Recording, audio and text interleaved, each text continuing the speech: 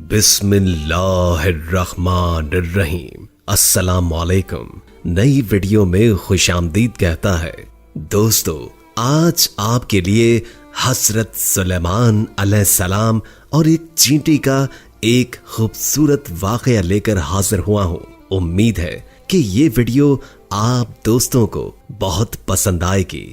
دوستو، یہ بات آپ سبھی جانتے ہوں گے کہ حضرت سلیمان علیہ السلام کی حکومت ہوا پر تھی، پانی پر تھی، جانوروں پر، جنات پر اور انسانوں پر بھی تھی، اور سب کی بولیاں بھی آپ علیہ السلام سمجھتے تھے۔ ایک دن حضرت سلیمان علیہ السلام دریا کے کنارے پر بیٹھے ہوئے اللہ کی قدرت کا نظارہ فرما رہے تھے تو دیکھا کہ ایک چینٹی آئی جس کے منہ میں ایک دانہ تھا، رزق تھا، اور یہ اس خوراک کو لے کر، اس دانے کو لے کر دریا کے کنارے جا رہی تھی۔ حضرت سلیمان علیہ السلام یہ سب دیکھ رہے تھے کہ چینٹی چلتے چلتے آہستہ آہستہ اپنی رفتار سے چلتے ہوئے دریا کے کنارے پر جا پہنچی۔ اسی دوران ایک عجیب واقعہ آپ علیہ السلام نے دیکھا کہ جب یہ چینٹی دریا کے پاس پہنچی تو دریا میں سے ایک مینڈک باہر آیا اور منہ کھولا۔ چینٹی اس کے منہ میں چلی گئی اور مینڈک واپس دریا میں چلی گئی۔ یہ سب منظر اللہ کے نبی دیکھ رہے تھے۔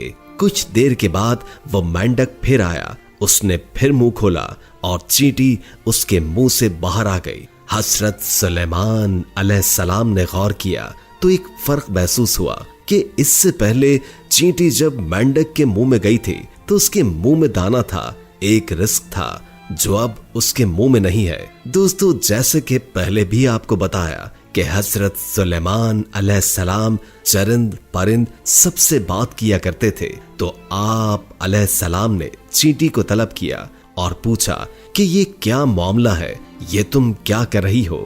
ابھی تم منہ میں دانہ لے کر مینڈک کے منہ میں گئی تھی، تم کہاں گئی تھی؟ یہ چینٹی کہنے لگی، اے پیغمبر خدا، اس سمندر کی گہرائی میں جا کر دور ایک پتھر ہے، یہ پتھر اندر سے خالی ہے، اس پتھر کے اندر ایک کیڑا رہتا ہے، اللہ نے اس کیڑے کو ایسے مقام پر پیدا کیا ہے کہ وہ وہاں سے نہیں نکل سکتا، وہی اس کی کل کائنات ہے۔ مجھے اللہ نے اس کام پر مقرر کیا ہے کہ میں اس کو کھانا پہنچاؤں۔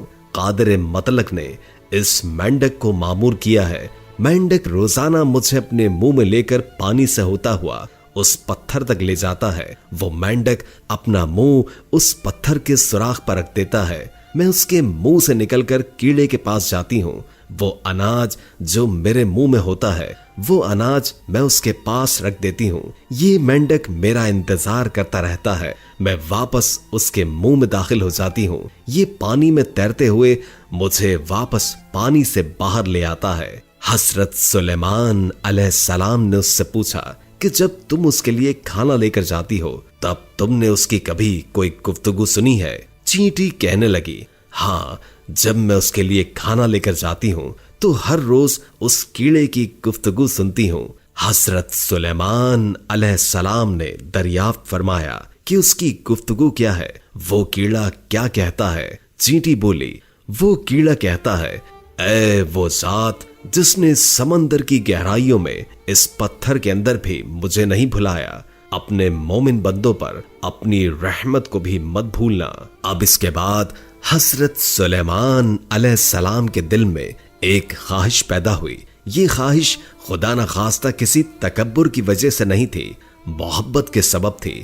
کیا خواہش تھی کہ ایک دفعہ اللہ کی مخلوق کو میں کھانا کھلاؤں گا، اللہ تعالیٰ کے دیے ہوئے رزق سے ہی میں کھلاؤں گا۔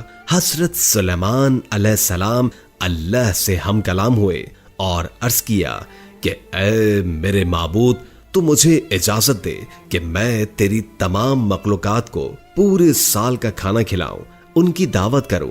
اے میرے رب، یہ میری خواہش ہے۔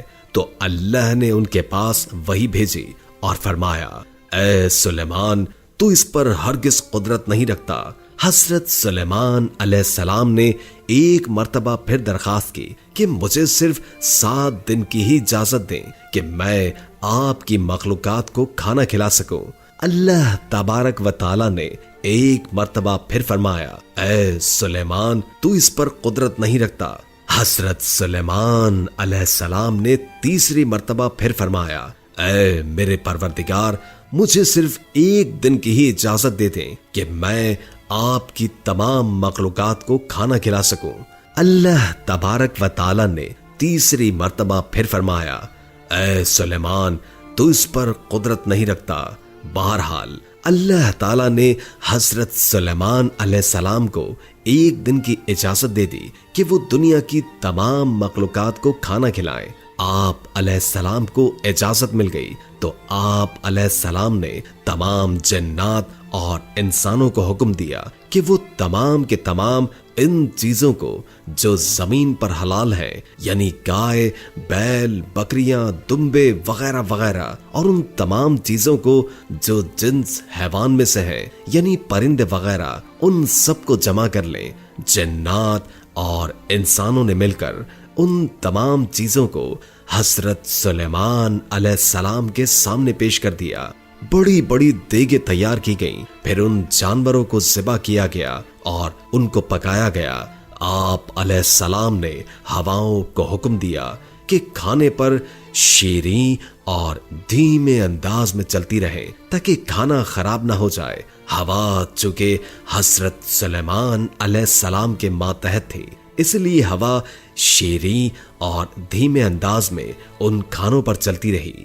اس کے بعد حضرت سلیمان علیہ السلام نے دسترخوان بچھایا جس کی لمبائی اتنی زیادہ تھی کہ اگر ایک انسان اس کے سرے پر چلنا شروع کرتا تو دوسرے سرے تک پہنچنے میں اس کو 1 مہینے کا وقت گزر جاتا، اور اتنی ہی اس دسترخوان کی چوڑائی بھی تھی۔ جب تمام چیزیں تیار ہو چکی تو اللہ تبارک و تعالی نے حضرت سلیمان علیہ السلام کے پاس وحی بھیجی اور فرمایا اے سلیمان تو مخلوقات میں سے کس سے دعوت شروع کرے گا؟ اب حضرت سلیمان علیہ السلام نے فرمایا اے میرے پروردگار میں دریا کے جانوروں سے شروع کروں گا۔ تو اللہ تعالیٰ نے سمندر کی ایک مچھلی کو حکم دیا کہ وہ حضرت سلیمان علیہ السلام کی دعوت کھائے، کیونکہ آج ان کے لیے حضرت سلیمان علیہ السلام کی طرف سے دعوت ہے۔ مچھلی نے سر اٹھایا اور کہنے لگی اے سلیمان میں نے سنا ہے تو نے ضیافت کا دروازہ کھول دیا ہے اور آج تو میری ضیافت کرے گا۔ حضرت سلیمان علیہ السلام نے فرمایا اے مچھلی تو نے ٹھیک سنا ہے، آ جاؤ اور کھانا شروع کرو۔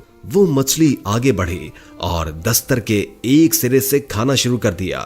مچھلی نے اس قدر کھایا کہ کچھ ہی دیر میں سارے کا سارا دسترخوان ہی صاف کر دیا، اور اس کے بعد آواز لگائی اے سلیمان مجھے کھانا کھلاؤ اور میرا شکم سیر کرو، میرا پیٹ ابھی تک نہیں بھرا۔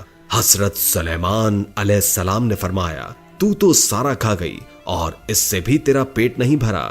تو مچھلی نے کہا اے سلیمان کیا مہمان کے لیے میزبان کا جواب اس طرح ہوتا ہے؟ اے سلیمان آپ خوب جان لیجئے جو کھانا آپ نے کئی روز سے بنایا تھا، جس کھانے کو آپ کو بنانے میں کئی دن لگ گئے تھے، اتنا کھانا میرا پروردگار ایک دن میں مجھے 3 مرتبہ پہنچاتا ہے اور آج تک کبھی بھی اس میں کمی نہیں ہوئی۔